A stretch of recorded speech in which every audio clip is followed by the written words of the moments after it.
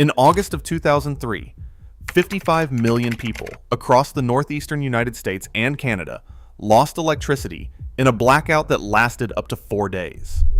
Refrigerators stopped working, streetlights went dark, gas stations could not pump fuel. But the part nobody talks about, the part that actually killed people, was the water. The moment the grid went down, every electric well pump in every rural home stopped working. Every municipal water utility relied on electric pumps to maintain pressure. Within hours, taps across 4 states ran dry. 43 million people had no water coming from their faucets.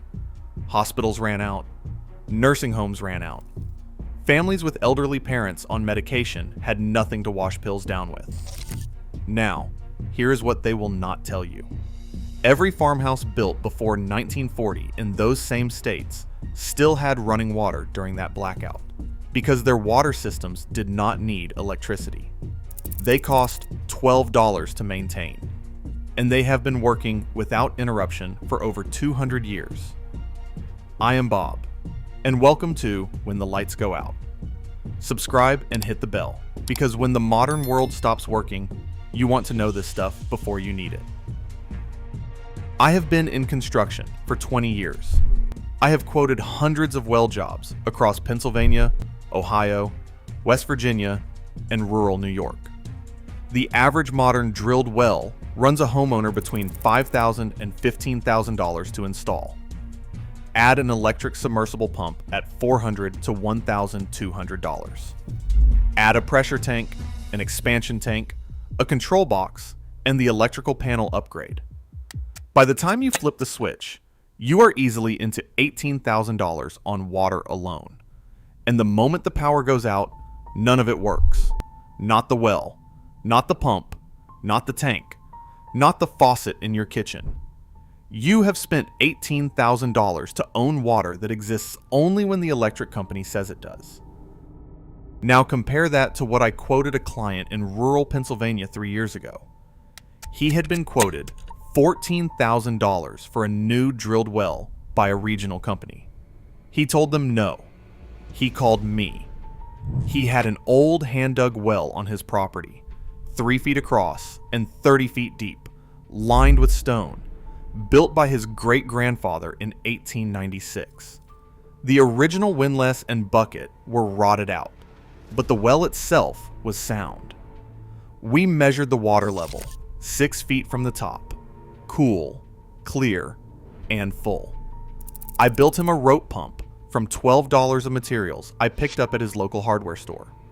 He has been pulling clean water out of that well by hand for 3 years now. When the power goes out, he does not even notice. When his neighbors are paying water bills, he is paying nothing. And when his grandchildren inherit that property, that pump will still be working, because there is nothing in it that can break. The technology I'm describing has 2 parts, the well itself and the pump on top of it. Let me explain both. A hand-dug well is exactly what it sounds like. You dig a hole by hand until you hit the water table. In most of the eastern United States, the shallow water table sits between 8 and 40 feet underground. That is a depth you can reach with shovels, picks, and patience, the same tools every colonial farmer used. American colonists were digging these wells in the 1620s. They dug them across the entire continent, all through the 1700s and the 1800s. The Roman Puteus, basically the same design, has been documented dating back 2,000 years. There are hand-dug wells in southern Italy that have been continuously producing water since before Christ. The technology does not get old. It just gets buried. The well itself is lined with stone, brick, or concrete rings to prevent the walls from collapsing. The opening at the surface is covered with a heavy stone cap or wooden lid to keep contamination out. The diameter is typically 3 to 5 feet across, far wider than a modern drilled well, which means the well acts as a natural reservoir. Even in a dry summer, when the water table drops, a hand-dug well 4 feet wide and 20 feet deep holds approximately 1,700 gallons of water sitting in storage. That is a 6-month supply for a family of 4. You cannot drain it fast enough to run out unless you are trying. For the pump, you have 3 options that work without electricity. The simplest is a bucket and a rope. Tie a galvanized bucket to a hemp rope, drop it down the well, pull up 5 gallons at a time. This is the system that worked for 3,000 years. It still works today. Total cost, about $15. The downside is labor. It takes effort to haul up water for a household every day. The second option is a hand pump. A cast iron pitcher pump, the kind you have seen in every old Western movie, lifts water from a depth of up to 25 feet using nothing but the muscle in your arm. Lehman's Hardware in Ohio sells the same pumps that were standard equipment on American farms in the 1880s. Cost is $100 to $300 for the pump itself, plus piping. Install it on top of your well, and you've got water with 3 or 4 strokes of the handle. No electricity, ever. The third option is what I built for my client, a rope pump. This is the design that has quietly revolutionized water access in rural Nicaragua, Tanzania, and Bangladesh over the past 40 years. The mechanism is brilliantly simple.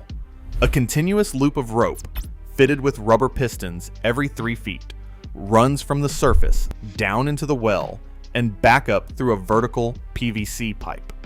You turn a crank wheel at the top. The rope moves.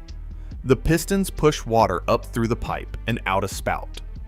Total cost in materials for a complete rope pump system is $12 to $40, depending on whether you buy new or scavenge.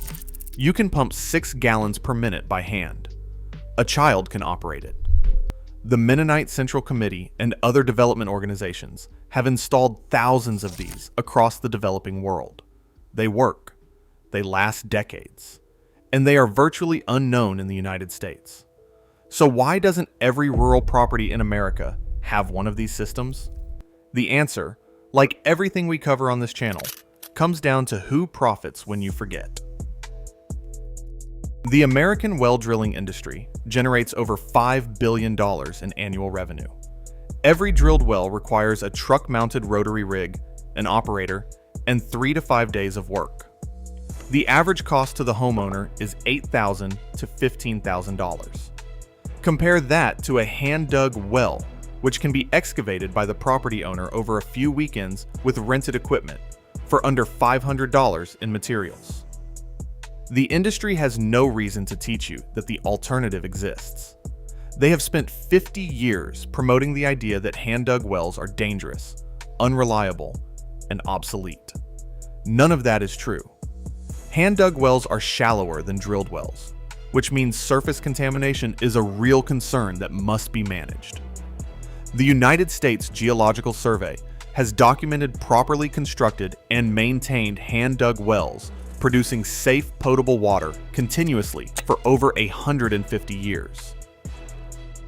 Then there are the municipal water utilities.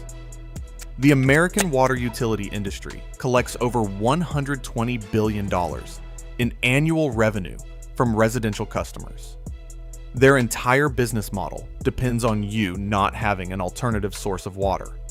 In some states, including parts of California, Arizona, and Colorado, collecting rainwater off your own roof is restricted or outright illegal.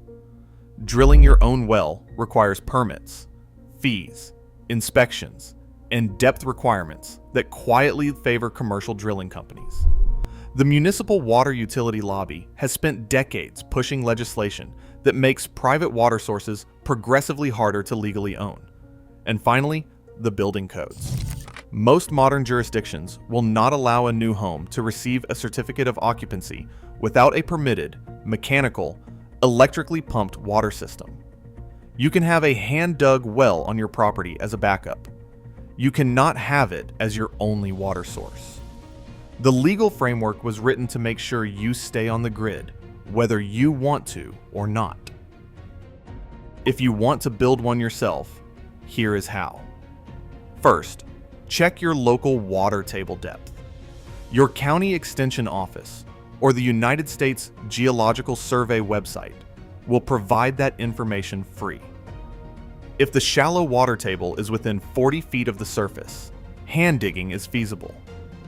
Second, locate the well at least 100 feet from any septic system or animal containment. Third, dig in late summer or early fall when the water table is at its lowest. That timing helps guarantee year-round water once you reach it. For materials, you will need stone or concrete well rings to line the walls. This will cost about $300 for a 30-foot well. You will need a sturdy wooden or concrete cover to seal the top. You will need a basic water testing kit, $30 on Amazon, to confirm potability. You will need the pump itself, $12 for a rope pump build, or $100 to $300 for a cast iron pitcher pump from Lehman's, Real Goods, or Tractor Supply. Critical safety. Your well water has to be tested annually for coliform bacteria, nitrates, and lead. Hand-dug wells are shallower than drilled wells, which means surface contamination is real. Maintain a 100-foot buffer from septic systems. Cap the well properly and test annually. Done right, your water will be cleaner than what comes out of your municipal tap.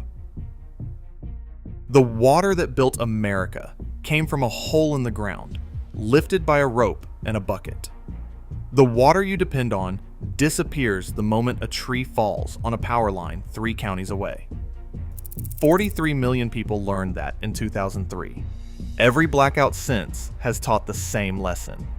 And every time, the only people who do not lose are the ones whose great-grandfather dug a hole in the ground in 1896 and lined it with stone. When the lights go out, water becomes everything, and most of you do not have a backup. The kind of knowledge that matters most when the modern world stops working is not complicated. It has just been quietly forgotten on purpose. Water without the grid, solved. But water is only one half of what your great-grandfather knew. He also knew how to keep his attic from cooking him alive every summer for $7. And every contractor knows the fix. None of them will tell you. That is the next video. Subscribe to When the Lights Go Out. Watch the next video appearing on your screen right now.